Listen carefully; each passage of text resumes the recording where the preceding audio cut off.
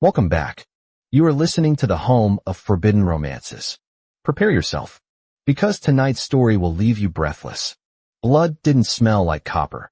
It smelled like rust and old pennies, a sharp, metallic tang that cut through the comforting, artificial aroma of honey butter potato chips.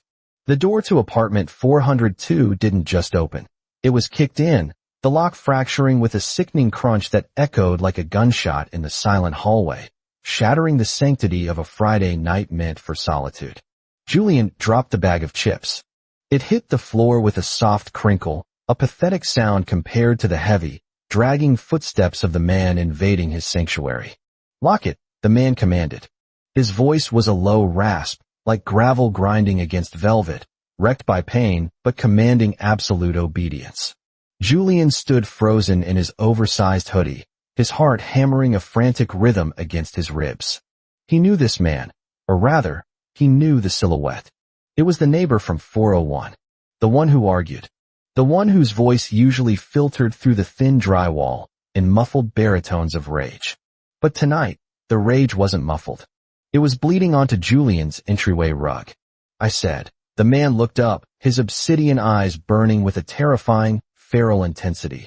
"Lock the damn door, Julian." Julian's breath hitched. He knew his name. The stranger, the dangerous, terrifying neighbor who had just declared loudly enough for the entire floor to hear that he was sleeping next door, knew his name. Logic screamed at Julian to run, to scream, to grab the heavy ceramic vase on the console table. But instinct, a dark and dormant thing buried beneath layers of social anxiety and comfort-seeking habits, told him to obey.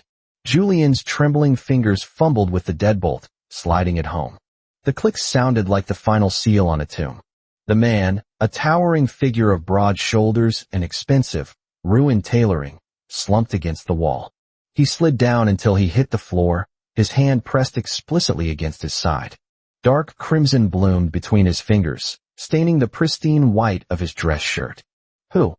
Julian whispered, his voice trembling. "Who are you?" The man let out a dark, breathless chuckle, his head tilting back to rest against the wallpaper. Sweat matted his raven hair to his forehead. "I'm the guy who's going to ruin your life if you don't get me a first aid kit and a bottle of whatever high-proof alcohol you're hiding in that kitchen."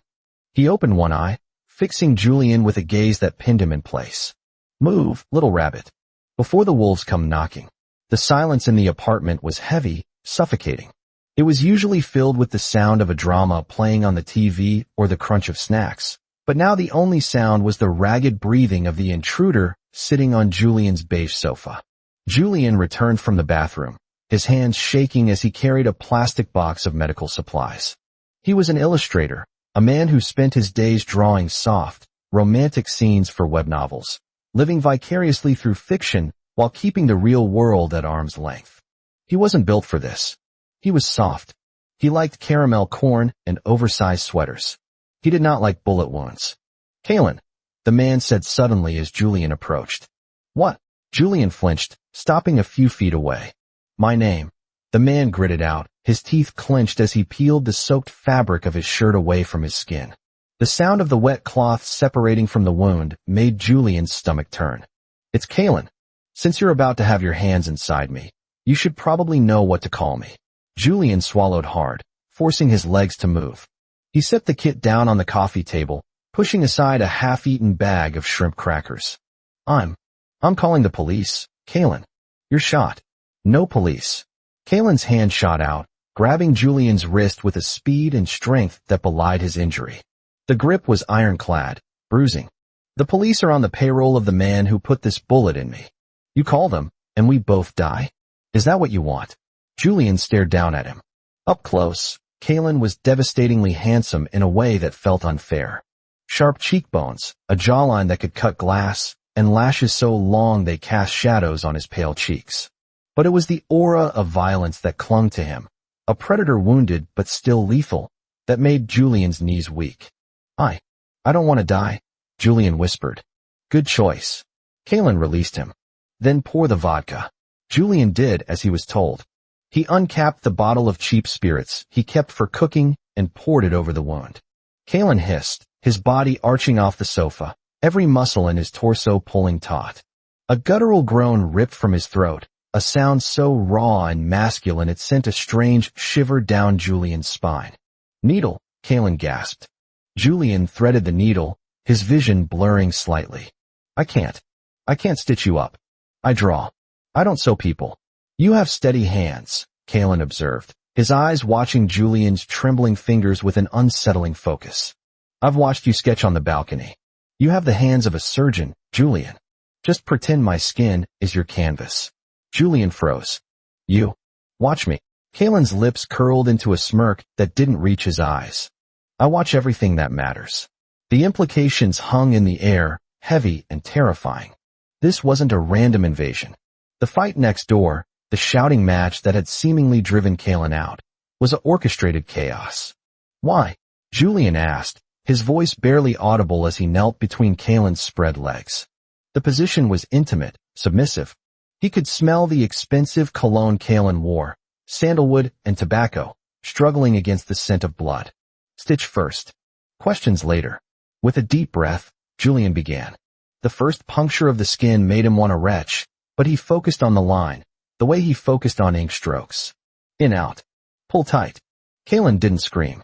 He just watched Julian, his gaze dropping to Julian's lips, then his neck, then the sliver of collarbone exposed by the hoodie. It felt like a physical touch, a phantom caress that heated Julian's blood. You're doing well, Kalen murmured, his voice dropping an octave. Very good, Julian. The praise, coming from a man who could likely snap his neck with one hand, sparked a confusing warmth in Julian's belly. He tied off the last stitch and snipped the thread. Done. Kalen exhaled, slumping back against the cushions. He looked exhausted, his skin pallid, but the fire in his eyes hadn't dimmed. Thank you. Julian sat back on his heels, wiping his bloody hands on a towel. Now tell me, why did you say that? In the hallway. That I'd sleep next door? Kalen chuckled dryly. The walls are thin, Julian. But not that thin. I knew there were bugs, listening devices, planted in my apartment this morning. My partner, the man shouting at me, was actually a hitman sent by the Vipers. We had to stage a domestic dispute to mask the sound of the silent struggle. You staged a fight. Julian's eyes widened. I needed a reason to leave that wouldn't trigger the sniper watching the balcony. Storming out like an angry husband? Predictable. Mundane. It bought me 30 seconds to cross the hall. Kalen reached out, his thumb brushing a smudge of blood from Julian's cheek. And I knew you were home. You're always home on Fridays. Spicy shrimp crackers, and that terrible reality show you pretend to hate. Julian pulled back, scrambling to his feet. You're a stalker. I'm a careful man, Kalen corrected. And for the last 6 months, you've been the only peaceful thing in my line of sight. 6 months. Julian backed away until he hit the kitchen island. You've been watching me for 6 months? I bought the apartment next door because it shared a wall with you, Kalen admitted, his tone casual, as if discussing the weather. I didn't expect to drag you into this so soon. I wanted to woo you properly. Flowers. Dinner. Maybe a trip to Paris.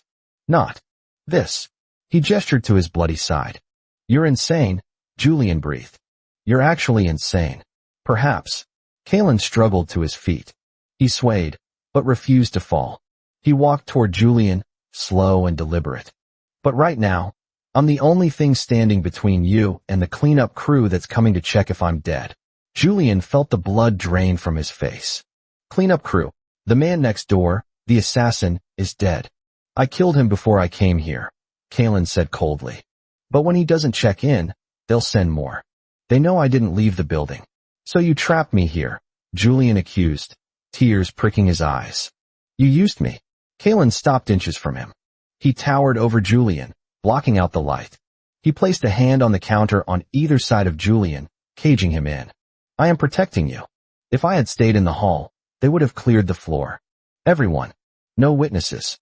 By coming in here, I made this a siege. And I don't lose sieges. He leaned down, his face close enough that Julian could feel the heat radiating from him. I know you're scared. You're trembling. You're a soft thing, Julian. You like your snacks and your quiet life. You aren't built for war. Kalen's hand moved up to cup Julian's jaw, his thumb stroking the trembling lip. But I am. And I won't let anyone touch a hair on your head. You belong to me now. I don't. I don't belong to anyone, Julian stammered, though he didn't pull away. He couldn't.